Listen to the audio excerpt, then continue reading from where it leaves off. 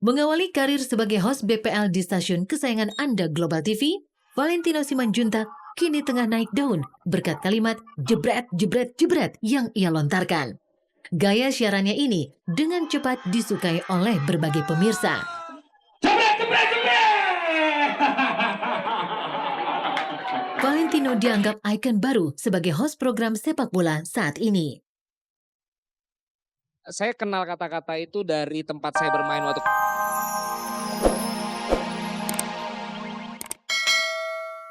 Sejak kisah kasih asmaranya bersama artis Nikita Willy mencuat ke hadapan publik, sejak itu pula Diego kerap menjadi incaran awak media. Kesungguhan Diego dalam berhubungan asmara dengan Nikita membuat Diego berganti keyakinan. Sejak menjadi mualaf, Diego mengganti namanya menjadi Diego Muhammad. Sayangnya, pribadi Diego yang temperamental membuatnya harus bersinggungan dengan ranah hukum. Beberapa waktu lalu, Diego terlibat pertengkaran anak muda. Karena kasus ini, nama baik Diego di timnas harus sedikit tercoreng.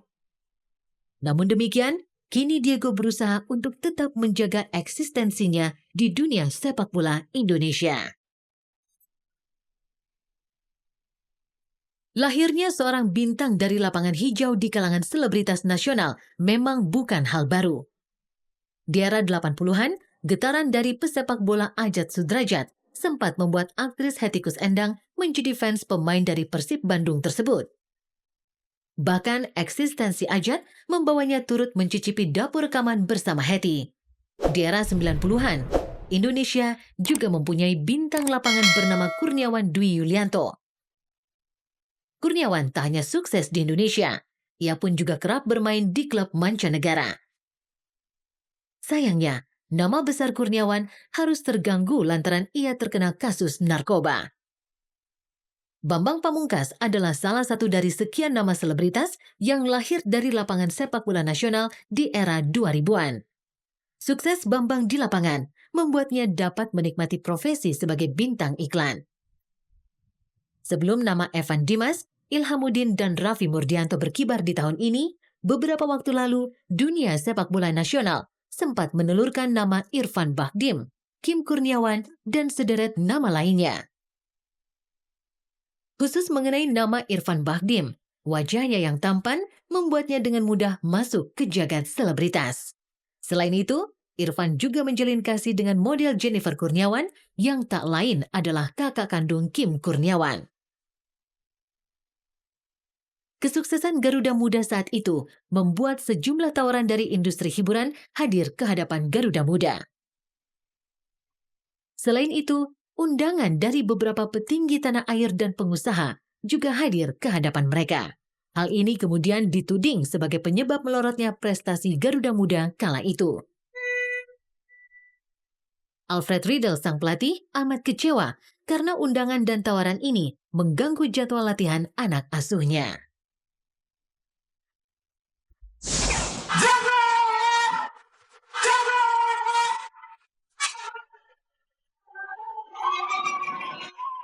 Euforia kesuksesan tim nasional di berbagai kejuaraan sepak bola juga ditunjang oleh berbagai pihak. Salah satunya membawa berkah tersendiri bagi host sekaligus komentator bola Valentino Simanjuntak. Mengawali karir sebagai host BPL di stasiun kesayangan Anda Global TV, Valentino Simanjuntak kini tengah naik daun berkat kalimat jebret jebret jebret yang ia lontarkan. Gaya siarannya ini dengan cepat disukai oleh berbagai pemirsa. Jebret, jebret, jebret! Valentino dianggap ikon baru sebagai host program sepak bola saat ini. Saya kenal kata-kata itu dari tempat saya bermain waktu kecil gitu ya. Untuk Anda semua warga Jagakarsa dan sekitarnya, Srengseng Sawah, Kampung Cipedak, Muhammad Kafi, Sentul Babakan, pasti tahu apa sih sebenarnya kata jebret. Itu artinya tendang keras gitu dan karena emosional waktu itu keceplosan dan itu yang saya utarakan ternyata dari pihak stasiun TV yang menyiarkan di pertandingan berikutnya malah minta untuk sering-sering dipakai gitu. Ikut meramaikan perbendaharaan kata baru kayaknya ya. Kalau bagi saya sebenarnya pertama dari sisi prestasi ini harus dikelola dengan baik ya supaya Tidak cuma momentum tetapi bisa berjalan dengan benar gitu. Definisinya menjadi artis apa dulu nih? Kalau misalnya profesional artis, saya pikir berarti dia harus melepas salah satu profesinya gitu untuk mereka tentukan mau jadi apa. Di negara manapun itu satu hal yang wajar selama mereka sadar bahwa yang utama dari mereka adalah bermain bola. Bahwa jadwal latihan tidak boleh terganggu karena ada syuting iklan. Bahwa jadwal bertanding dan kemampuan dia untuk bermain tidak boleh jadi menurun karena dia harus main iklan di mana-mana misalnya. Jadi bagi saya kalau misalnya menjadi bintang iklan saya pikir nggak masalah. Tapi kalau misalnya main film, main sinetron, saya pikir itu akan mengganggu jadwal dan saya pikir itu harus mereka pikirkan benar-benar sebenarnya mereka mau jadi apa profesinya gitu. Ini adalah bicara tentang kebanggaan negara kita, bicara tentang kebanggaan negeri kita, bicara tentang harga diri negara kita.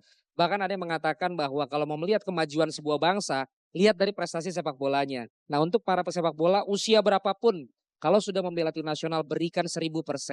Karena masyarakat Indonesia memberikan 1.000.000% dukungan untuk Anda semua para pesepak bola. Dan yakin bahwa kita semua mendukung Anda. Ya, kalau menurut saya, pendapat tentang komentator atau presenter, sepak bola yang belakangan ini memang lagi booming banget ya menjadi sorotan. Karena ya gue coba flashback ke belakang beberapa waktu yang lalu bahwa sama seperti fenomena kayak disc jockey, DJ dulu banyak orang yang nggak begitu ngeh ya, sempat jadi booming.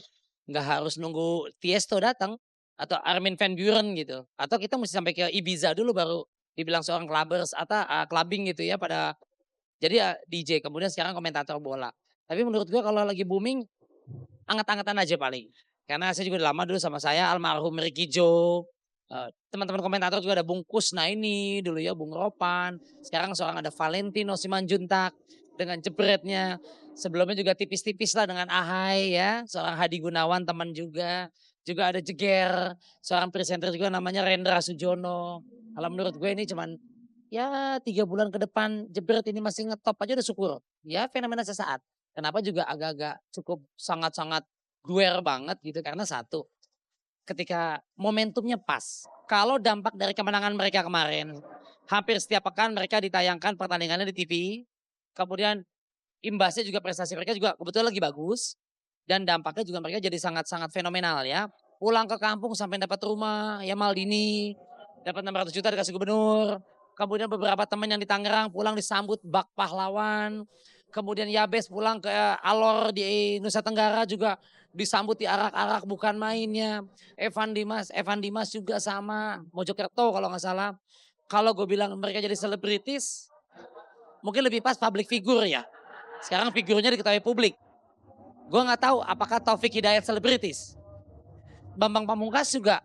Menurut itu kan atlet yang apa? Anna Kurnikova mungkin bisa selebritis. Atlet tenis dunia se-Rusia. Cantik main tenis tapi juga model iklan. Tapi kalau Evan Dimas belum jadi selebritis. Artinya tapi bahwa mereka menjadi public figure, ngetop, yes banget. Dan mudah-mudahan aja tidak cepat membuat mereka puas, tidak menjadikan star syndrome. Kesuksesan Garuda Muda saat ini adalah kesuksesan yang masih amat dini. Perjalanan panjang menuju juara sejati masih amat panjang. Keberhasilan U19 menjadi lecutan untuk timnas senior kita, usia 23 maupun timnas senior.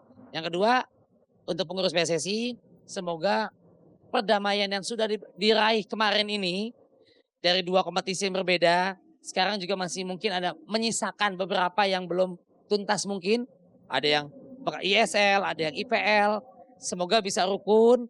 Kemudian gaji pemain juga terbayarkan, kesian mereka.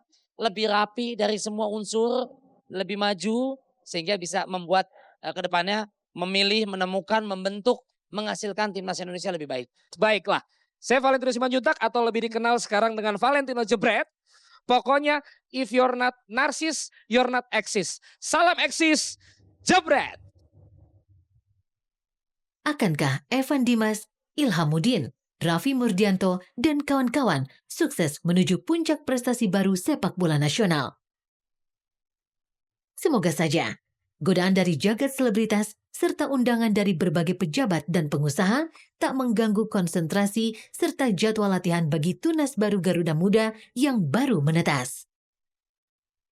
Mengingat seluruh rakyat Indonesia amatlah berharap bila kelak dunia sepak bola Indonesia mampu berbicara di tingkat Piala Dunia.